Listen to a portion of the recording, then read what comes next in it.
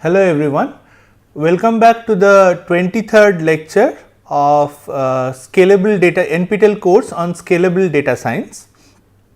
Today's lecture is on clustering and this is the second part of that lecture. I am Professor Shourangshu Bhattacharya from Computer Science and Engineering at IIT Kharagpur. So, in the last lecture on clustering, we have seen the K-means clustering algorithm and its applications, and we have also seen the Lloyd's algorithm or the Lloyd's iteration for updating the clusters and its connection with EM algorithms and also its limitations, that is to say that it does not give an optimal clustering. And in order to remedy that, we have introduced the K-means plus plus algorithm which has optimal guarantees regarding the clustering objective function. So, in this lecture we are going to revisit the K-means plus plus algorithm and we are going to show state the optimality guarantees and show parts of the proof for optimality, and then we are going to see some drawbacks of K-means plus plus algorithm and which are partially at least addressed by the scalable K-means plus plus algorithm. Okay, so what is the scalable? So what is the K-means plus plus algorithm? As you remember, the problem with K-means was that the initialization was random, and the random initialization did not give any guarantees about the optimality of the final solution. So, as we discussed, the best way to attack this problem of suboptimality is to focus on the initialization problem, and K-means plus plus is basically an algorithm to initialize the clustering of K-means algorithm from where one can again perform the Lloyd's iteration. Okay. So, this is the K-means plus plus algorithm. Just to recollect the K-means plus plus algorithm, basically the algorithm goes like this, that you first choose the cluster center C1 uniformly randomly. So, but then for the next few clusters, that is for cluster index I from 2 to k, you have to choose a total of k clusters. You choose the cluster Ci, okay, or rather you sample the cluster Ci from the set of data points, and the probability of sampling is this d. So for any point, let us say x0, the probability of sampling this point is d of x0 comma c, which is the current clustering square by phi x of c. So, if just to remember, so d of x0 comma c is nothing but the minimum distance from so minimum distance. So, let me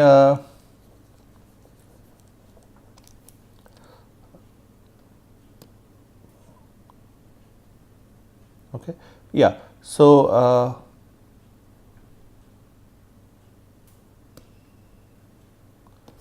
d of x0 comma c is the minimum distance,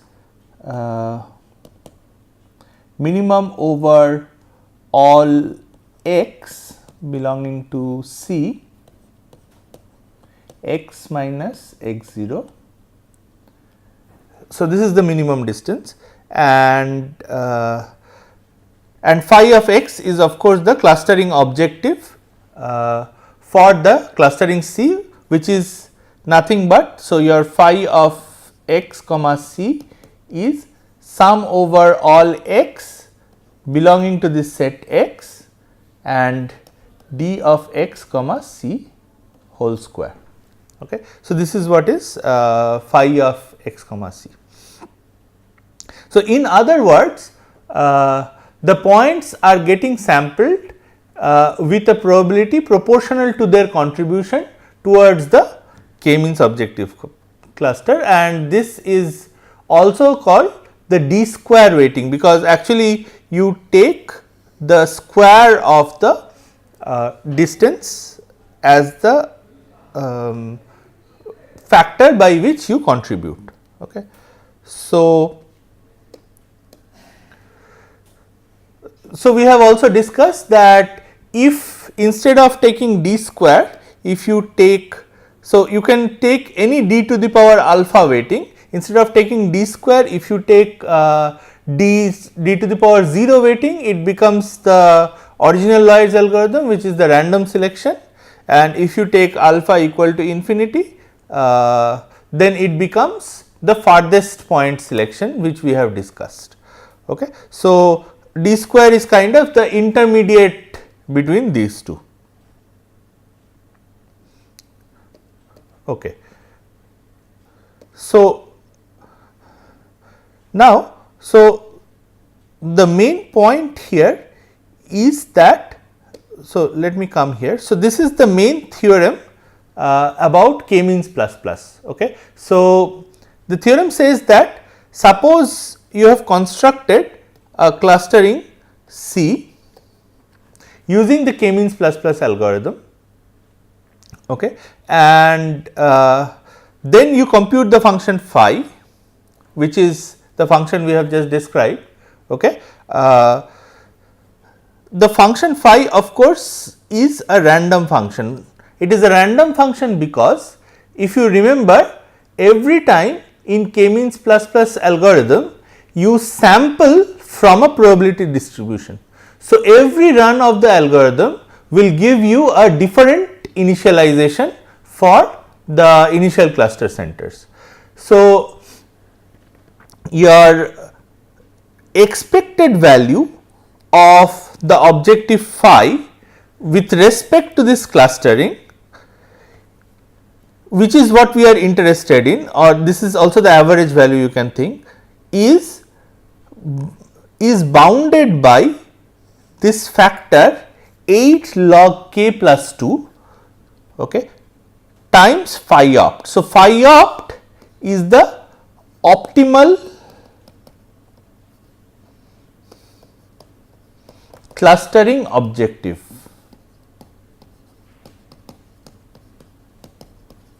Okay. So, phi opt is the optimal clustering objective, okay, and expectation of phi. So, your phi is the clustering objective,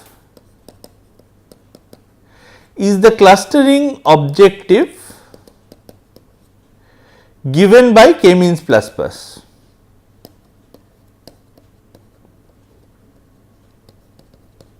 And this is a random quantity. So, we are looking at its expectation, and this is upper bounded by roughly, this factor can be thought to be 8 log k. Okay. So, it is upper bounded by 8 log k or simply order of log k. Okay. It is also sometimes called the competitive ratio. So, sometimes it is said that a k means plus plus is 8 log k competitive. Okay. So, that means it can never do worse than 8 log k times the optimal objective. Now, k for typical applications you can think is maybe 10 to 50. Okay. So, your k is the number of clusters. So, log k is a very small number. Okay. So, you are essentially looking at something like 10 or 20 fold approximation. So, your objective can be at the very worst 10 or 20 fold times the optimal objective that you can ever achieve. Okay. So, that is the guarantee that this initialization is providing. Of course, as you can understand, this guarantee is a worst case guarantee. In practice, it may be much better than, it may be very close to, it may be just 1 times the clustering objective. Okay. So, how do we go about proving this? So, the proof takes basically 2 steps. So, the proof actually takes 3 steps. So, we will not go into the third step, but we will go into the first 2 steps. So, the first step is to bound the error, the total error of the first cluster that is chosen. Okay. So, since we are choosing the first cluster uniformly at random, okay, what we can say is that, so let us say let us take a cluster A, okay, in the optimal clustering, okay, and let us take a cluster center A naught belonging to A. Since all A naughts are equally likely, okay, then the optimal object or the expected value of the error function over this set of points A is basically this quantity. Okay. So, given that you have chosen the clustering objective A, this is your loss function, because you have only one cluster center and that is A naught. So, this is your k-means objective function, and the chance that you select this A naught as the cluster center is 1 by the size of the set A. Okay. So, and when you sum over all such possibilities of A naught belonging to A, you get this. Okay. And now this A bar here is the centroid of the cluster A, which for a single clustering is optimal. Okay. So, hence you can see that this expected error is exactly equal to 2 times the optimal clustering error on this cluster A. So, the first cluster that you select, you incur an error of at most twice the optimal objective on that cluster. Now, the next cluster that you select, okay, again let us say this next cluster that you select is the cluster B. Okay. So, and then from this cluster, so B is the cluster in the optimal clustering, and then from this cluster you have selected B naught as the point which is the center of that cluster. Okay. So, the chance of selecting B naught is this. Okay. So, it is because you are selecting with d square weighting. So, the chance of selecting B naught is basically d square B naught by summation over all B, all points B in B d square B. Okay. And the cost that you incur is the minimum of these two numbers. So, either for every point, let us say B, it is either closest to this newly selected cluster B naught, or it is closest to the existing point D of B. Okay. So, the cost is minimum of these two. Okay. Moreover, from triangle inequality, we can say that this D of B naught is less than or equal to D of B plus the distance between B and B naught. Okay. So, whichever is the closest cluster. So, you can say that this holds. Okay. So,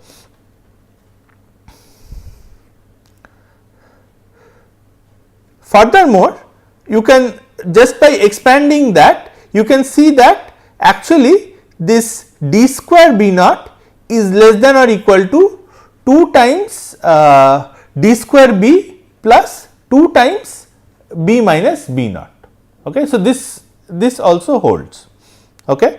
And then you want to eliminate B. So, you take average over all B. Okay. And you get that d square B naught is less than this particular quantity. So, this is just you divide by the size of B and then sum over all elements in B. Okay. So, now given that, you see that we had this, recall that we had this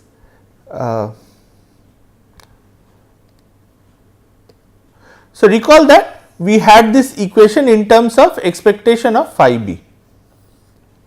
Okay. So, now if you plug in this inequality in this d square b naught, okay, and in so you get basically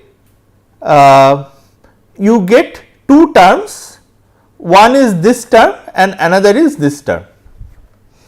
Okay. So, for the first term, you, for this minimum you just plug in as an upper bound this one. So, this minimum quantity is less than both size of b minus b naught square. So, mod of norm of b minus b naught square and d of b. So, for the first term you plug in b minus b naught square, and for the second term you plug in d of b square. So, d of b square cancels in both cases, okay, and then in both cases the upper bound you are left with is b minus b naught square. Okay. And so, this is an upper bound over this, and when you sum over this it becomes, so you can see that this b naught is just the centroid, okay, and hence this is nothing but 8 times the optimal clustering of b naught. Okay. So, what do we have? So, in summary, we have that if the clusters are well separated, we can always pick a center from a new optimal cluster, and the algorithm is basically 8 competitive. Okay. So, the intuition here is if no points from a cluster is picked, then it probably does not contribute much to the overall error. Okay. So, we will not go into the proof as such, but using these two and the following theorems. So, if you believe the following theorem to be true, okay, and the results, this can be proved using the results that we have just shown, okay, then you can get the optimal result. Okay. So, what does this theorem say? This theorem says that basically if you start with clustering C, okay, and then you choose u many uncovered clusters from the optimal clustering, and let xu denote the set of points in these uncovered clusters and xc denote the set of points in the rest of the clusters. Okay.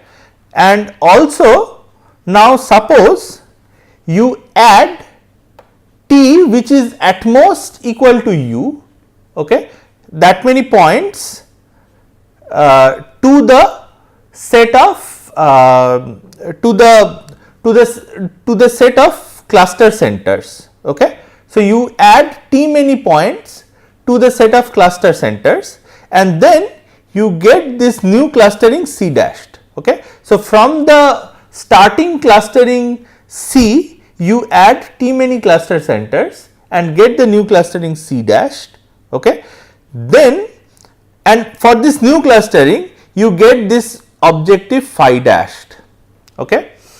So, if this is the case, okay, then the expected value of phi dashed is less than the cost that you incur on the covered clusters plus, we have seen this already, the 8 times the cost, that 8 times the cost that you incur on the uncovered clusters times this factor. Okay. This factor is nothing but you can think of it as order log k factor, actually order log k plus 2 factor. Okay. Okay, so this is order log k plus 2 or rather log t plus 2. Okay. And then plus some term u minus t by u plus phi of u. So, the cost that you incur on the other clusters, but the key term here is u minus t. So, if you add exactly u many, so if u is equal to t, okay, so t can be at most u, but if t is exactly equal to u, which is the case in our proof, okay, then this cost is just 0. So, this cost is 0. So, this term dominates the cost and this term is basically the cost that you incur on the covered cluster plus 8 times the optimal cost that you incur on the uncovered clusters. Okay. And to go back to the result from here, all you have to do is you have to plug in. So, just to recall this result, all you have to do is you have to plug in u is equal to k minus 1. Okay. So, the initial, there is an initial covered cluster C, which is the initial cluster, and you have to add u is equal to k minus 1 and t is equal to k minus 1. Okay. And then you get this result from that result. Okay. So, so hence we have shown and sort of given an intuition as to why the new clustering is optimal. Okay. So, now this new clustering algorithm, so this k-means clustering algorithm, this has certain drawbacks. Okay. So, the first drawback is that it needs k passes over the data. This is because in every pass you select a new cluster center. Okay. So, in every pass you select a new cluster center. So, you have to basically make k passes over the data and every time sample one point, one cluster center as your point. But so basically for many large applications, so let us say your k can be even 1000 or at least it can be of the order of 100. Okay. So, you may be looking for hundreds of clusters. Okay. So, that many a times does not scale. So, 100 passes over the data is not possible to make. Okay. Now, so but what is the solution? Okay.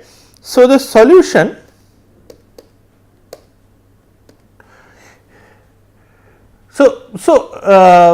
or rather the intuition for the solution is that note that k-means plus plus is doing a sampling. So, it is a randomized algorithm, right. So, it is doing a sampling of the clusters, but why does it do not only that, it is doing a sequential sampling. So, it is sampling the cluster centers one after the other. Okay. So, why does it do a sequential sampling or why does it sample one point after the other? The reason is that every time it samples a point, okay, the distribution from which it samples changes. Okay. The reason this distribution from which it samples changes is because if you see the sampling probability depends on d square of x naught comma c. Okay. Now, this d square of x naught comma c, it changes as your clustering changes. So, the question is, does it change a lot? Okay. So, if it does not change a lot, can we do the following? can we oversample from the d square itself. So, instead of recalculating the clustering, let us say we sample, let us say instead of one cluster center every time, we sample 4 or 5 cluster centers every time. Okay.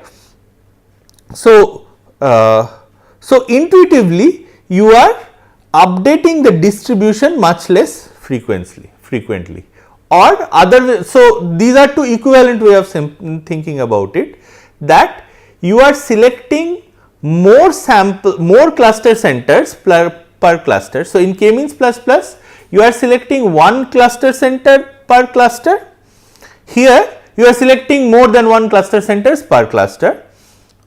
The equivalent way of thinking about it is that you are doing the sampling from a coarser distribution. Okay. So, yeah. So, without updating the distribution too much.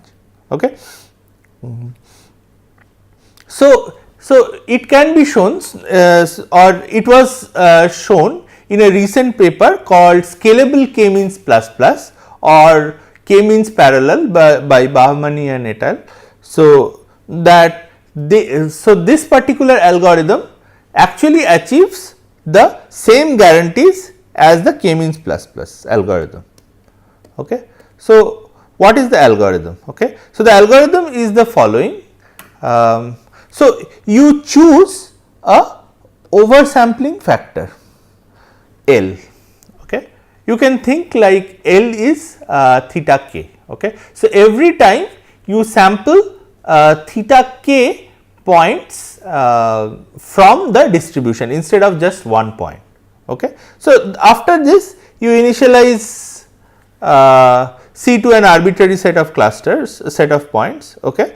And then for r iterations you run sampling from this distribution. So, instead of you sample x independently with probability L d square by phi of x. So, earlier you were sampling with d square x c by phi of x c. Now, you are sampling with L times this probability. So, you are basically oversampling by a factor of L. Now, what will happen is at the end of it you will get, you are not guaranteed to, so you are not guaranteed to get k points. So, in k-means plus plus you are guaranteed to get k points, k cluster centers, because you are selecting the first one randomly and then every iteration you are selecting one for k minus 1 iterations. But here you will, at the end of all this you will get L times r points. So, if you have done r iterations you will get roughly L times r points. Okay. Now, you have to ensure that this L times r is greater than or equal to k. Okay. And then once you have sampled this L times r points greater than or equal to k, you just recluster the weighted points in C, that is these L times r points using let us say something like a k-means plus plus algorithm, to find the final k clusters. Okay. But this time you are only going to have to make a pass over this L times r set of points rather than the full data set. Okay. So, this is much more efficient. Okay. So, this is the algorithm.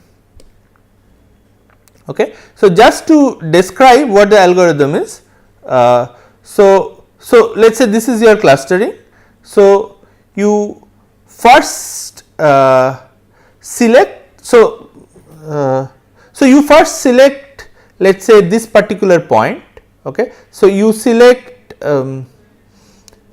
first this point and then let us say you have oversampling factor which was described as L as 3 and then you sample from d square distribution. So, d square is basically measuring the distance from this cluster center, and points which are far away are highly likely to get selected.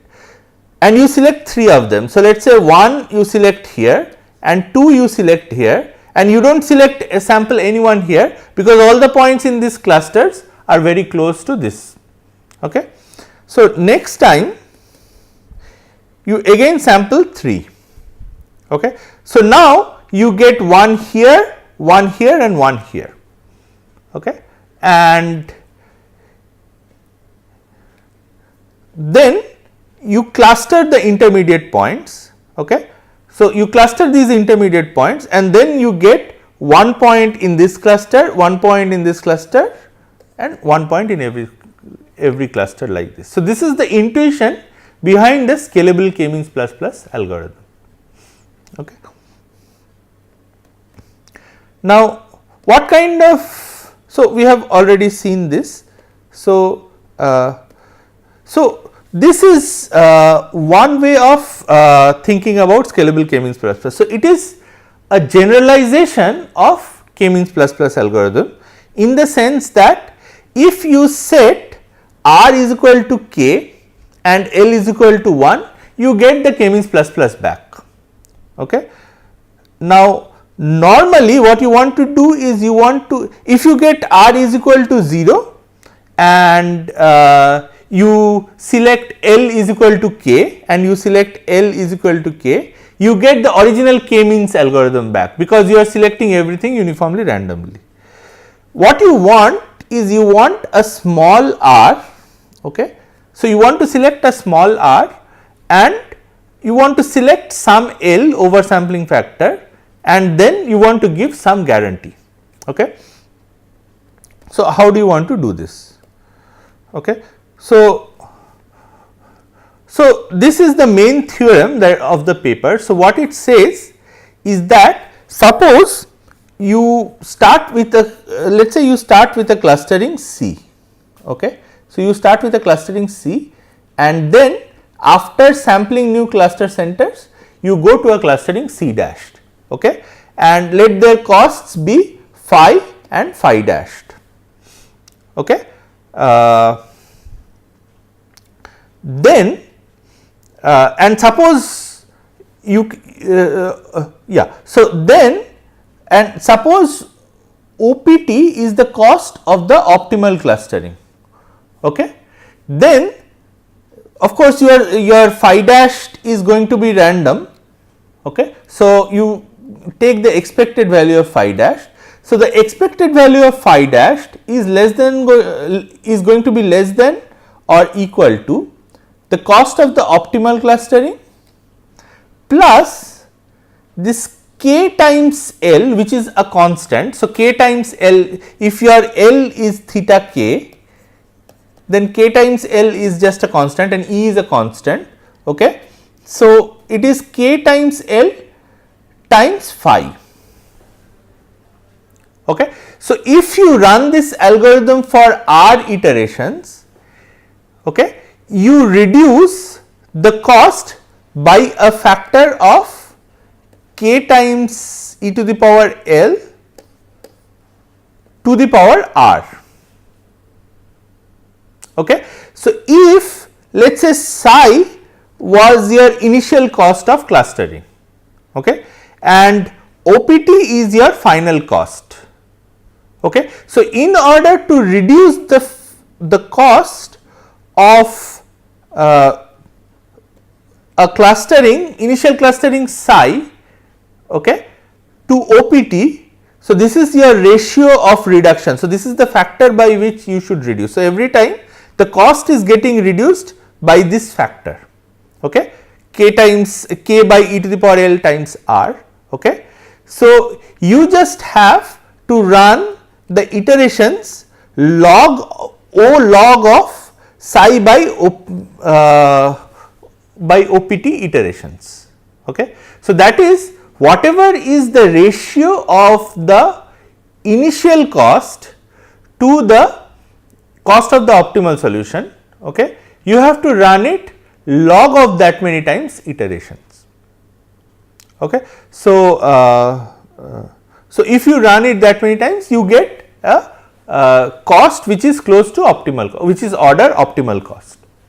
Okay. So, this is the guarantee given by the scalable k-means plus plus algorithm. So, some experimental results. So, first they compare this random initialization, which is the k-means algorithm, k-means plus plus and k-means parallel, and basically what they show is that